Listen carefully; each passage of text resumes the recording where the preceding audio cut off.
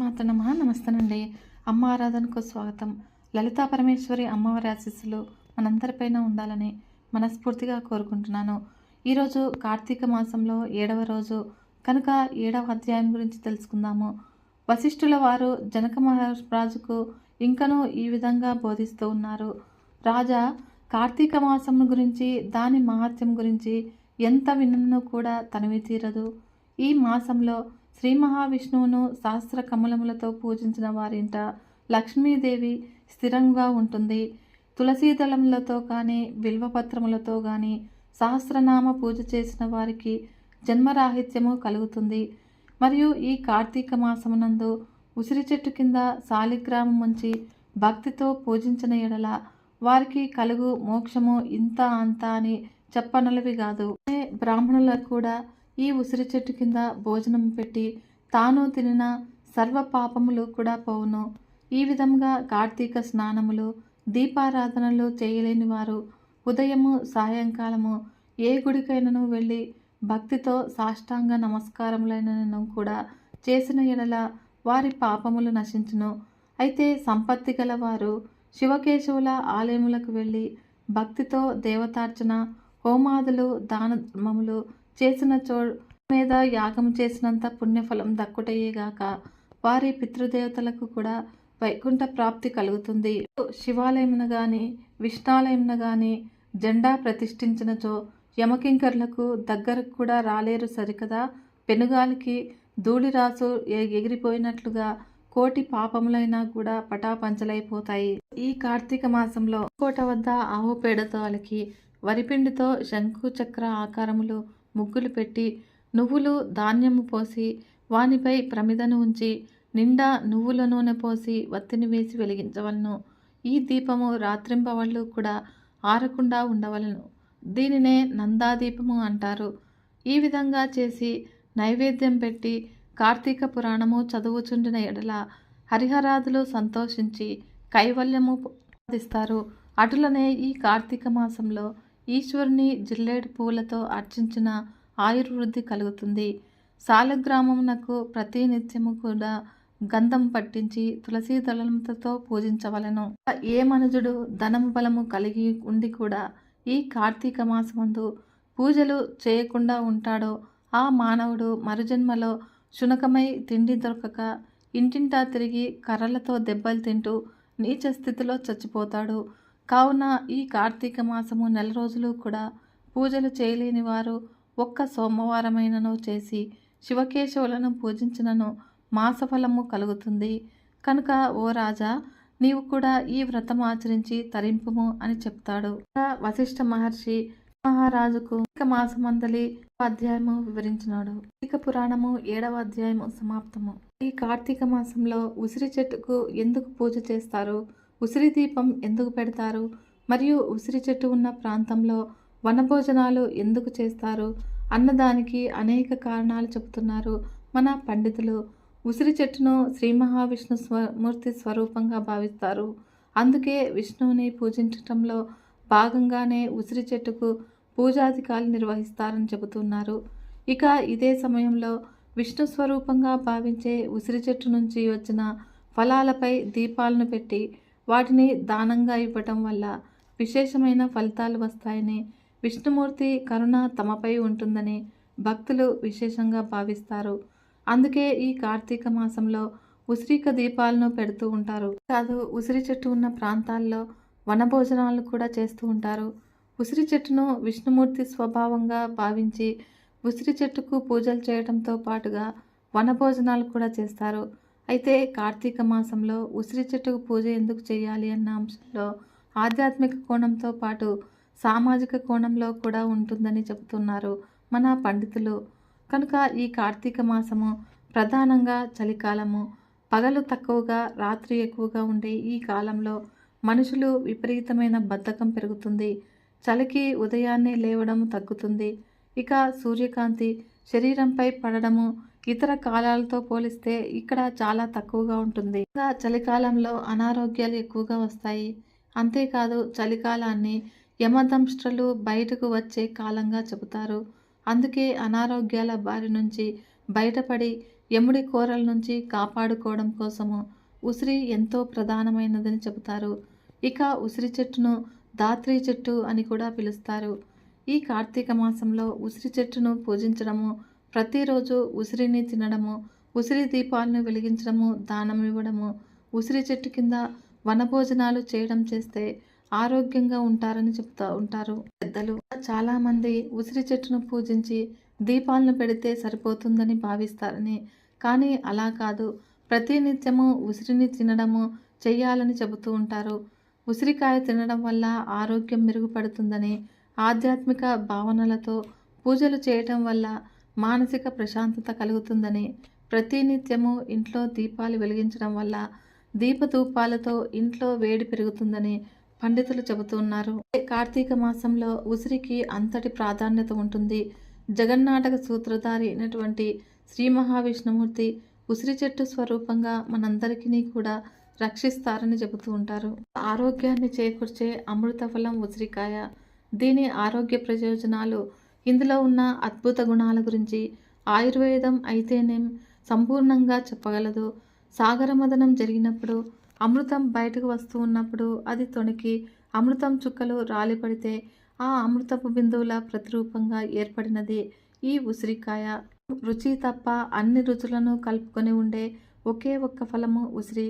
ఇలాంటి ఆరోగ్య ప్రయోజనాలు ఉన్న ఉసిరిని కార్తీక మాసంలో దానం చేయడము మరియు ఉసిరికాయలో దీపం పెట్టడం వల్ల అద్భుతమైన ఫలితాలు ఉంటాయని మన పెద్దలు మరియు పురాణ కథనాలు కూడా చెబుతూ ఉన్నాయి. ప్రతి ఇంట ఐశ్వర్యాన్ని చేకూర్చేది కనకదార స్తోత్రము. అయితే అందరికీ ఈ స్తోత్రం మహిమ తెలుసు, కానీ దాని వెనుక జరిగిన కథనము బహుశా చాలా కొద్ది మందికే తెలిసి ఉంటుంది. శంకరాచార్యులు చిన్నతనంలోనే సన్యసించడనే విషయము అందరికీ తెలిసినదే. అలా ఆయన చిన్నతనంలో ఉన్నప్పుడు ఒకసారి భిక్ష కోసం వెళుతూ ఒక ఇంటి ముందు ఆగి మాత భిక్షాందేహి అని అడుగుతాడు. అయితే ఆ ఇల్లు ఒక పేద బ్రాహ్మణురాలిది. ఆమెకు ఉన్నది ఒకటే ఒక చీర. ఆమె అప్పుడే స్నానం చేసి తన చీర ఆరబెట్టుకుని అది ఎప్పుడు ఆరుతుందా అని ఒక మూల ఉండి ఎదురు చూస్తుంది. అప్పుడు ఆమె ఇంట్లో తినడానికి ఎలాంటి పదార్థాలు కూడా లేకువు. పూర్తిగా బీదరికంలో ఉంది. అలాంటి ఆమెకు ఆదిశంకరాచార్యుల పిలుపు వినపడగానే, అయ్యో, నా ఇంట్లో ఏమీ లేదు, కానీ ఎవరో భిక్షకు వచ్చారు, ఏమి చెయ్యాలి అని బాధపడుతూ వెతగ్గా ఆమెకు తన ఇంట్లో ఒకే ఒక చోట ఎండిన ఉసిరికాయ కనిపించింది. అప్పుడు ఆమె బట్టలు లేకపోవడం వల్ల ఆ ఉసిరికాయనే తలుపు చాటు నుంచి ఆదిశంకరాచార్యుల భిక్షపాత్రలోకి విసురుతుంది. అప్పుడు మొదట ఆ సంఘటనకు ఆదిశంకరాచార్యులు అయోమయం చెంది ఉన్నటువంటి దివ్య దృష్టితో పరిస్థితిని అర్థం చేసుకుని, ఏమీ లేకపోయినా కూడా ఉన్న ఉసిరిని దానం చేసిన ఆమె వ్యక్తిత్వాన్ని, ఆమె బీదరికాన్ని తలుచుకుని బాధపడుతూ విష్ణువు లక్ష్మీదేవి నిలయమైన ఆ ఉసిరిని చూస్తూ ఒక్కసారిగా కనకదార స్తోత్రాన్ని ఆశువుగా చెప్పారట. అప్పుడు ఆ ఇంట్లో లక్ష్మీదేవి ధనవర్షం కురిపించిందని మన పురాణ కథనము. అందుకే ఉసిరికాయ దానం ఎంతో గొప్పదని చెబుతారు మన పెద్దలు. ఈ ఉసిరికాయలు కార్తీక పౌర్ణమి రోజు దానం చేయడం వల్ల వెలకట్టలేని ధనాన్ని దానం చేసిన పుణ్యం కలుగుతుంది. దీనివల్ల ఆ లక్ష్మీదేవి కటాక్షము ఎల్లప్పుడూ కూడా వారిపై ఉంటుంది. ఈ కార్తీక మాసంలో ఏది దానం చేసినా కూడా దాని పుణ్యము ఎప్పటికీ కూడా వెంటే ఉంటుంది. కాబట్టి ఉసిరికాయ దానం చాలా గొప్పది. ఇక ఉసిరి దీపం గురించి చెబితే, లక్ష్మీదేవి స్వరూపమైనటువంటి ఉసిరిలో దీపం పెట్టడం వల్ల ఆ దేవిని చైతన్యవంతం చేసి ఆ పరమేశ్వరుడి నిలయంలో పెట్టినట్లు అవుతుంది. ఈ కార్తీక పౌర్ణమి రోజు ముక్కోటి దేవతలు కూడా శివుడి సమక్షంలో శివాలయంలోనే ఉంటారు. అక్కడ ఇలా ఉసిరి దీపం పెడితే సకల దారిద్ర్యాలు తొలగి జీవితాంతము సంతోషాలతో వర్ధిల్లుతారని వచనము. ప్రణవ పంచాక్షరి జపము, విభూతి ధారణ, ఉసిరి దానము, దీపారాధన, కార్తీక పురాణ పఠనము ఇవన్నీ కూడా ఈ కార్తీక మాసంలో చేయటం వల్ల ఎన్నో పాపాలు తొలగి జీవితంలో సమస్యలు తగ్గి జీవితానికి ఒక మంచి మార్గం కనబడుతుంది. ఈ రోజున దధీచి క్షుపుల వృత్తాంతం గురించి తెలుసుకుందాము. పూర్వము బ్రహ్మదేవుడి కుమారుడైనటువంటి క్షుపుడు తన పరాక్రమంతో భూమండలాన్ని సుక్షత్రియుడుగా పరిపాలిస్తూ ఉన్నాడు. ఆయనకి మహాతపస్వి అయినటువంటి దధీచి మునితో స్నేహం ఏర్పడింది. అది దినదిన ప్రవర్ధమానమైంది. ఒక రోజున వారిద్దరికీ మధ్య విప్రుడు గొప్పవాడా లేక క్షత్రియుడు గొప్పవాడా అనే విషయము చర్చకు వచ్చింది. ఆ విషయం మీద వారిద్దరికీ కూడా వాగ్వాదం జరిగింది. శుభుడు, నేను అష్టదిక్పాల అంశతో శ్రీహరి అంశతో జన్మించిన క్షత్రియుణ్ణి కనుక నన్ను నీవు పూజించాలి. నీకన్నా నేనే గొప్ప అని అహంకారంతో వాదించాడు. అప్పుడు క్షుపుడి మాటలు విన్న దధీచి మహర్షికి ఆగ్రహం కలిగింది. వెంటనే తన పాదాలతో క్షుపుణ్ణి ఒక్క తన్ను తన్నాడు. దాంతో క్షుపుడికి కూడా ఆవేశం వచ్చింది. పూర్వము తనకు దేవేంద్రుడు ప్రసాదించినటువంటి వజ్రాయుధాన్ని తీసుకుని దాంతో క్షుపుణ్ణి గట్టిగా కొట్టాడు. దాని దెబ్బకి తాళలేక దధీచి కింద పడిపోయి శుక్రాచార్యుణ్ణి స్మరించాడు. దధీచి 2 భాగాలుగా ఖండించబడి మరణించగా చనిపోయే ముందు ఆయన చేసినటువంటి ప్రార్థన విని శుక్రాచార్యుడు రహస్యంగా అక్కడికి వచ్చి 2 చీలిన ఆయన శరీర భాగాల్ని ఒకటిగా కలిపి తన మృత సంజీవని విద్యతో పునర్జీవితుడిని చేశాడు. ప్రాణాలు తిరిగి వచ్చి పైకి లేచిన దధీచితో మహర్షి బ్రహ్మాది వంద్యుడు దేవదేవుడు అయినటువంటి పరమేశ్వరుణ్ణి ఆరాధించి ఎవరి చేత వధింపబడకుండా మృత్యువుని జయించు. ఉపాసన వల్ల అది నీకు సాధ్యమవుతుంది. పూర్వము మహేశ్వరుడు నాకీ అమృత సంజీవని విద్యని ఉపదేశించడం వల్లనే నేను నిన్ను బ్రతికించగలిగాను. నేను కూడా మృత్యువుని జయించాను. కనుక శివభక్తులైన వారికి ఎప్పటికీ కూడా మృత్యుభయం ఉండదు. నీకు మృత సంజీవని అయిన త్రయంబక మంత్రాన్ని ఉపదేశిస్తూ ఉన్నాను అని ఆయనకి ఈ మంత్రాన్ని ఉపదేశించాడు. జయ మహామంత్రము త్రయంబకం యజామహే సుగంధిం పుష్టివర్ధనం ఊర్వారుకమివ బంధనాత్ మృత్యోర్ముక్షి యమామృతాత్. మంత్రార్థం అంటే త్రయంబకం ముల్లోకాలకి కూడా తండ్రి అయినవాడు, అలాగే సూర్యచంద్ర అగ్నులకి జనకుడు, సత్వ రజో తమో గుణాల్ని అధిష్ఠించేవాడు, మనోబుద్ధి అహంకారాలని ప్రజంపజిల్ల చేసేవాడు, అగ్ని స్వరూపుడు, బ్రహ్మ విష్ణు రుద్రులకి జనకుడు, యజుర్వేద సామవేదాలకి ప్రాణేతగా ఉన్నవాడు అని అర్థము. ఇక్కడ త్రి అనగా 3 అని, అంబక అనగా తండ్రి అధిష్టాన ప్రేరకుడు స్వరూపము, ప్రణేత అని అర్థాలు గ్రహించాలి. సుగంధం అనగా సుగంధం కలిగినవాడు. ఇక్కడ సుగంధం అంటే ప్రాణులందరిలో, త్రిగుణాలలో, మూల ప్రకృతిలో, ఇంద్రియాలలో, దేవతలలో, ప్రమదగణాలలో పరమేశ్వరుడు పూలలో ఉన్న పరిమళంలాగా సూక్ష్మరూపంతో ఉంటాడు అని భావము. పరిమళాన్ని మనం ముక్కుతో గ్రహించినట్లుగా శుద్ధమైన మనసుతో పరమేశ్వరుణ్ణి గ్రహించాలి. పుష్టి అనగా పురుషుడి ప్రకృతి. అలాంటి ప్రకృతిని బ్రహ్మాది దేవతలకు వారి శరీర వాంగ్మనో బలాలని, అనగా పెంపొందించే అమృతాత్ అనగా నాశనం లేని దేవుణ్ణి, యజామహే అంటే పూజిస్తున్నాము లేక ఉపాసిస్తున్నాము. ఈ విధంగా ఉపాసించబడే రహితుడైనటువంటి భగవంతుడు పరమేశ్వరుడు. మృత్యు అనగా యమపాశాల నుంచి, ముక్షియాత్ అనగా విడిపించుగాక. ఏ విధంగా అంటే ఊర్వారుక మివ బంధనాత్. బంధనాత్ అంటే తొడమ నుంచి, ఊర్వారుకమివ అనగా దోసపండులాగా అని భావము.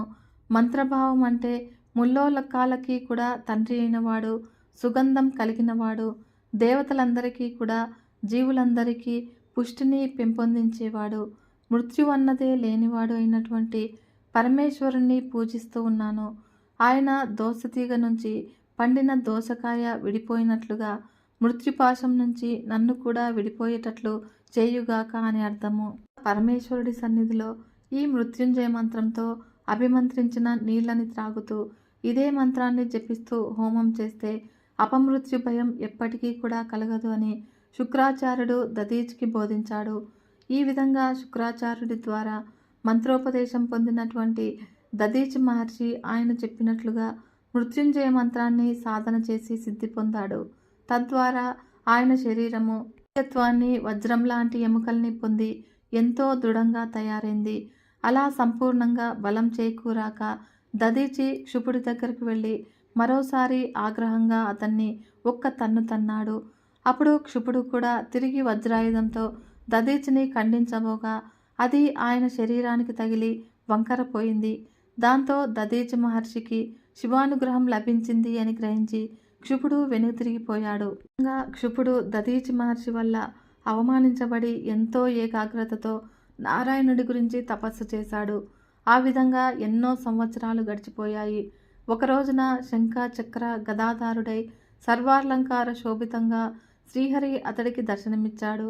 అప్పుడు వెంటనే ఆయన పాదాల మీద పడి, నారాయణ, పరంధామ, పరాత్పర, నీవు ప్రకృతితో కలిసిన పురుషుడివి.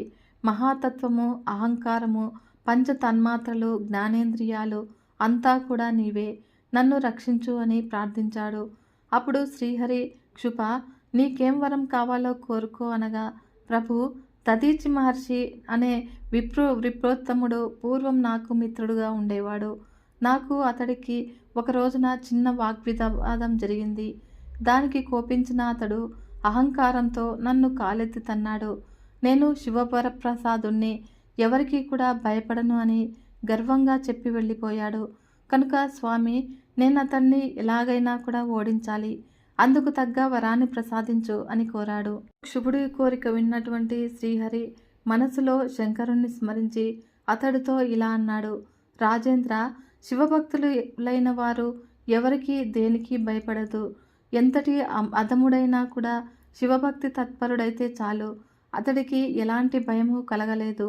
ఇక దధీచి లాంటి మహర్షుల గురించి చెప్పేదేముంది. కనుక దధీచి మీద నీవు విజయం పొందటం కష్టము. దధీచి మహర్షి సామాన్యుడు కాదు. పూర్వము దక్షయజ్ఞం జరిగిన సందర్భంలో ఆయన శాపం వల్లే నాకు అవస్థ కలిగింది. తిరిగి ఆయన వల్లే మేల్కోగలిగాను. అయినప్పటికీ నీ భక్తి ప్రపత్తులు నన్ను ఆనందింపచేశాయి.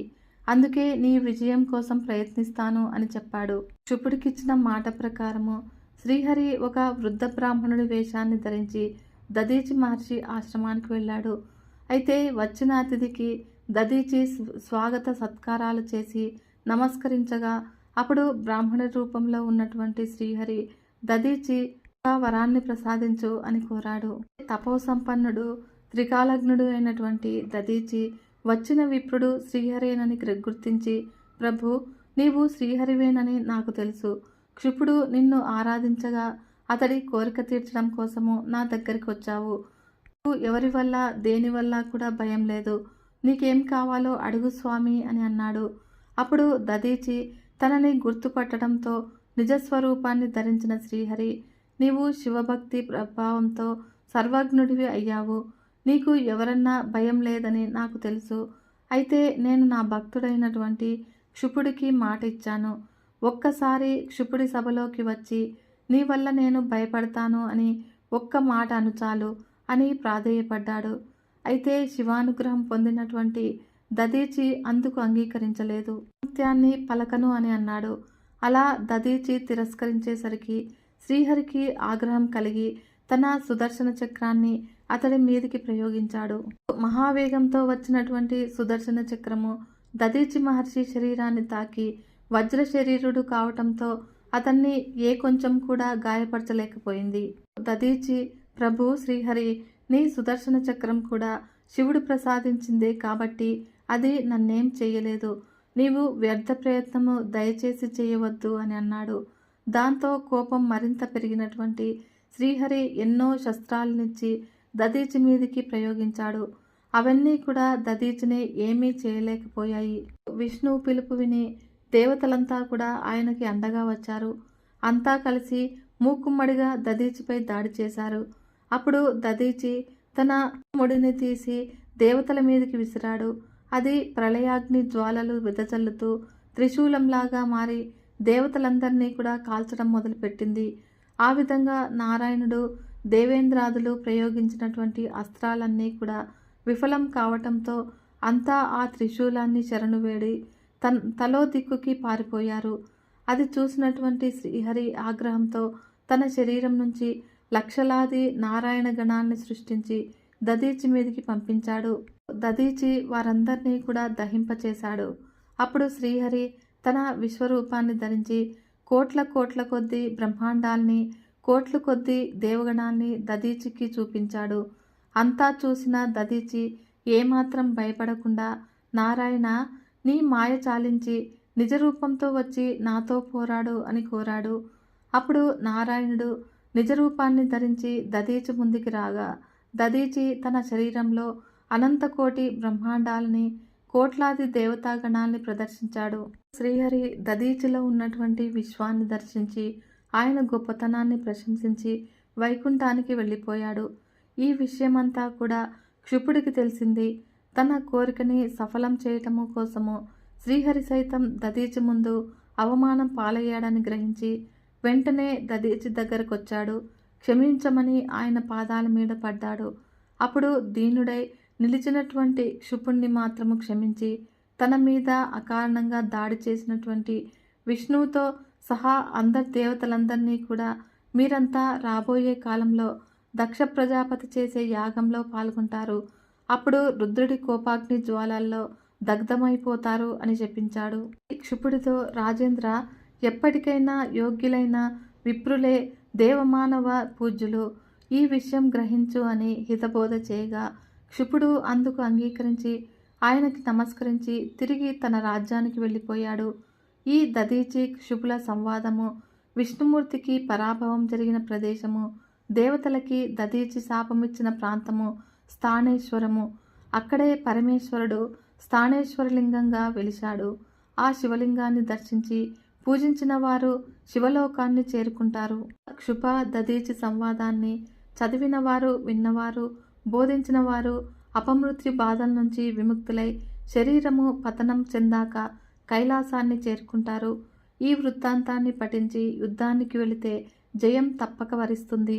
కదా ఫ్రెండ్స్, ఈ వీడియో మీకు నచ్చినట్లయితే ఒక చిన్న లైక్ చేసి మన ఛానల్ని ఇంతవరకు సబ్స్క్రైబ్ చేసుకోకుంటే సబ్స్క్రైబ్ చేసుకుని సపోర్ట్ ఇవ్వండి ఫ్రెండ్స్. మరొక మంచి వీడియోతో మీ ముందుకు వస్తాను. అంతవరకు సెలవు. నమస్కారం.